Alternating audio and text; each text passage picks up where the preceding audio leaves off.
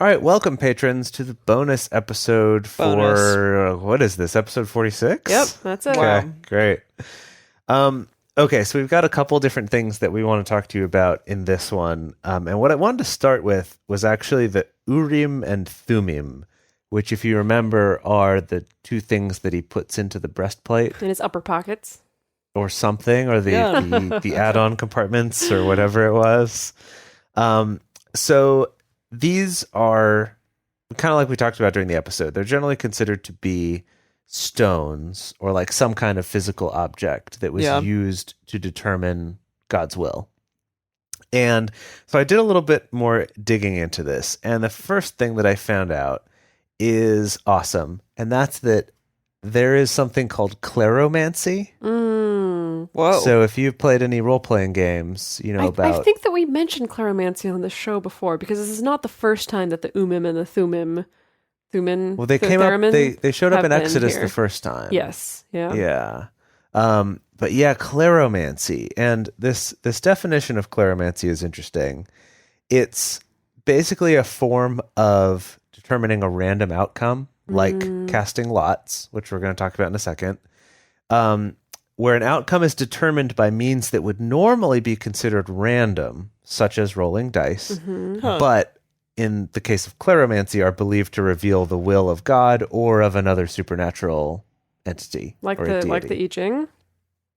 Yeah. Of changes, yeah. Right. The what? The I Ching, which is what? It's tossing a number of coins. Oh, okay. Is it coins? I think in some traditions it's sticks. I thought it was sticks, yeah. I'm talking purely of knowledge that I've asked most. I've Right. not researched this, but it's from the Chinese tradition. Oh, of, interesting. I guess kleromancy or Yeah. divination of some kind. Yeah, a type of kleromancy. Yeah, I suppose as opposed to divination, which would be like reading a tea leaf or something, that kleromancy has more of the sense of like flipping a coin The or rolling randomness. dice. Well, but where there's like kind of a clearer outcome rather than see. like I'm interpreting kind of a general meaning from I this see. thing. It's Yes. like But it's like this is more- head, more so it means denotative. X. Right. Okay. Sure. that's at least what I understand. That's what kleromancy is. Yes. So then I was like, okay, we've all heard of casting lots. I mean, no, we haven't, but sure. Have you really never? Because it comes up in like Greek mythology. It's like in historical texts. Like Literally the only time I've heard of casting lots has been in the story of Christ. So, Really? So, no, so that's I think a it no. makes sense why Really? Emily would not have okay, be wow, familiar with that's that. good for me to know. I didn't realize that. Yeah. Okay, so It's just betting on dice is what casting lots means. Really? Yeah. basically, yeah. So they're not necessarily dice in the way that we know them, but Well, that's a picture right there of stones with numbers on them or that look something. a little or dice symbols. Dice. They look kind of dicey. Dicey. They're a little dicey. I don't know, guys. Yeah. So basically, in the Jewish and Christian tradition, it was a way of determining God's will, and they could be sticks with markings or stones with symbols drawn on them. Okay. You know, different things, but they're thrown into a certain area, and then the result gets interpreted, and that is like the decision of God. See, okay. I'm just going to stop you right here because... Sorry, I'm not going to stop you. I'm going to pause you right here. Okay, pause me. Because it feels so ironic to me that when I was being raised in a Christian household, like anything that had to do with divination or fortune telling was so wrong Yeah, and forbidden, like tarot cards or Really? even gambling. Oh yes, tarot cards or But it casting feels like runes a thing that your or... mom would do now. Well, The irony is that she did when I was very young, when she was a hippie, and then she burnt the tarot. Didn't. She literally burnt up the tarot cards Whoa. and then came back to the Christian church. And now when I go home, she asked me to give her tarot card readings. So we've come full circle. yeah, all the Anyway. way back are. around. Wow. But it's like burned them. those things were so just like condemned as like those are of the devil. That's not of God. You're not supposed to be doing any kind of fortune telling or divination. And Yeah.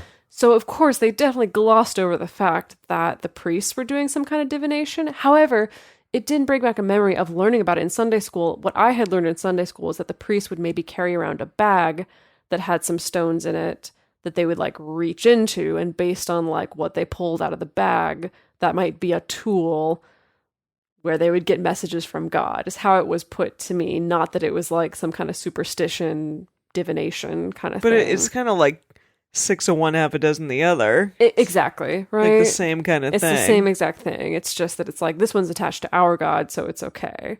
Well, Okay. yeah, there's that. So There's always that. one Yes. of the things I was reading about here about casting lots in the Bible specifically is that essentially making the argument that the purpose of this amongst the priesthood was to make decisions that didn't matter, that could be random. Oh, I see. So not about like where do we go next or something, but just like an example that, well, I'm trying not to give spoilers, but it would be like, say we have to decide like, okay, like say you're doing a sacrifice and you're like, we need to take one of these lambs that are all free of blemish. Okay. Which one? It's a decision that ultimately doesn't matter, but by casting lots, by essentially doing it randomly, like flipping a coin or rolling dice, you're eliminating the possibility of like, oh, well, you just favored that person's lamb because you're their friend. Or because of nepotism, or like okay, so to kind of create a sense of fairness around it. Right. That's an interesting point. The way that we're like, we'll open up pre-sale tickets to this concert by lottery or something like that. I suppose so, yeah. Huh. Yeah. Interesting. So that's the argument. I think that we will come. What's cool is we're going to run across casting of lots Yeah. all the way up to the New Testament. Really? So we're going to get lots of this throughout the Bible. Not constantly, but here and there throughout. Okay. We're going to get examples of this. I am curious to see if some of them might be a little more things where we're like, whoa, that seems like you're kind of putting people's lives in the hands of these dice. Is that going to happen? Are things going to get dicey with people's lives? I'm not totally sure. I don't want to I don't know. But I can tell you though that casting of lots shows up in like Leviticus, Chronicles, Psalms, Matthew, in Acts, in Nehemiah, in Chronicles. Like it's going to show up kind of interspersed throughout. I think in Judges too. Interesting. So we're gonna hit upon this. But I think it was interesting. And then the last thing that I did want to share with you is about Joseph Smith. Yeah. He's entered into this story. Joseph Smith. We're going way into the future now. Yeah, the only thing I know about Joseph Smith is that he's in the Book of Mormon. Well, he's the Meaning creator. the musical. He's the creator. He's in the musical, yes. He's the creator of Mormonism. Yes, so Joseph Smith created the Latter-day Saint movement, also known as Mormonism.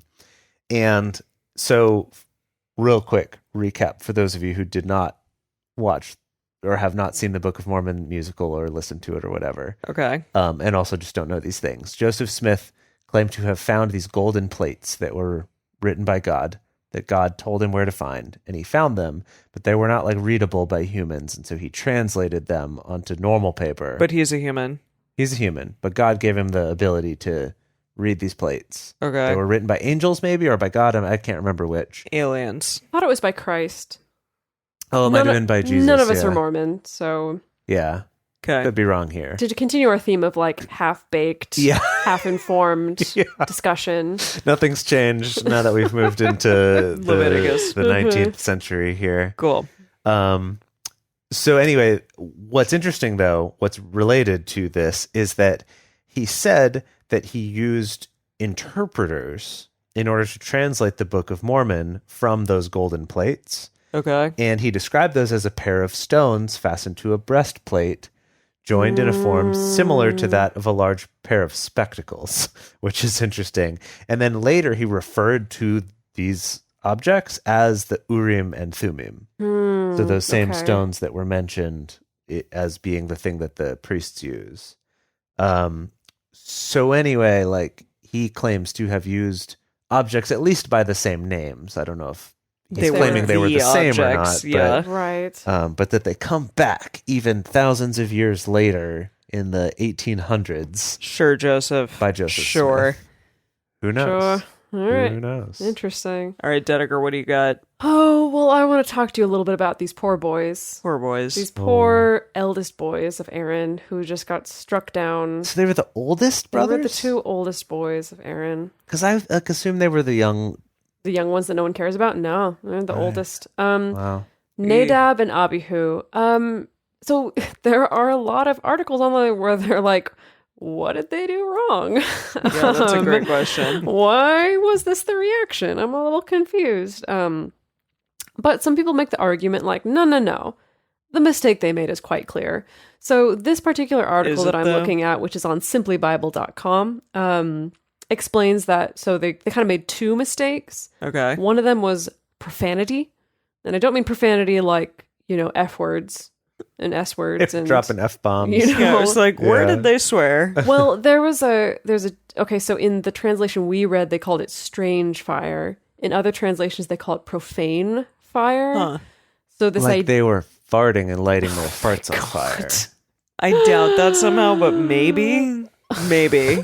They were like late Jace, teenagers. I've never been filled with so much like delight and revulsion at the same time.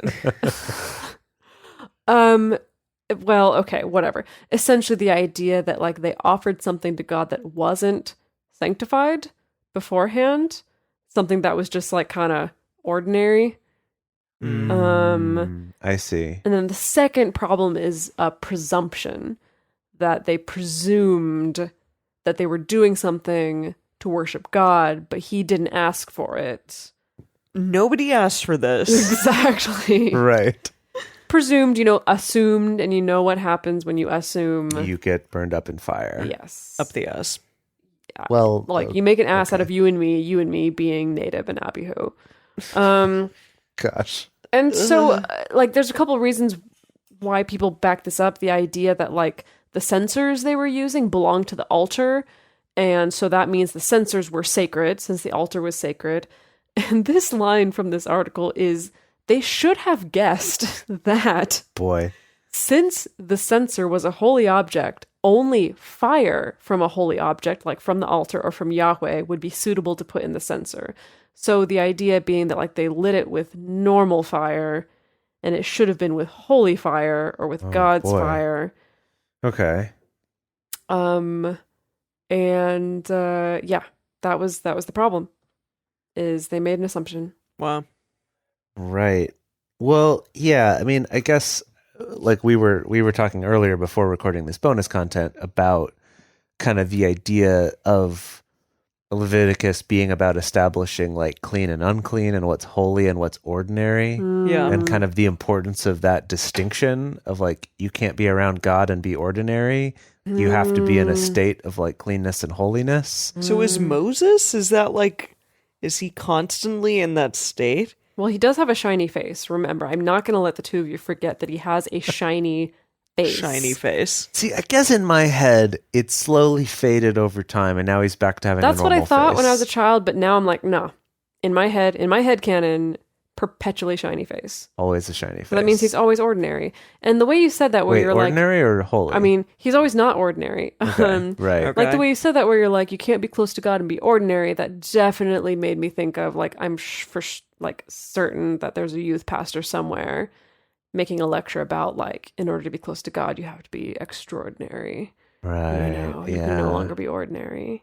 If Wow. that Yeah, that if all your friends tell you like this is what normal kids do, he's like, but if you want to be with God, you can't just be ordinary. Jace, it writes itself. Let's go write this sermon right now. Exactly. The sermon's not already written. We got to write it. See, this means a lot to both of you, but to me, I'm just like, this seems whatever, not very interesting, Emily, not very impressive. By the time we end this podcast, you're going to be writing sermons all your own. Trust me. Maybe, except for you guys, like, really just have a head start, because not only do you know the things that we're talking about, you don't know the things that you didn't know before.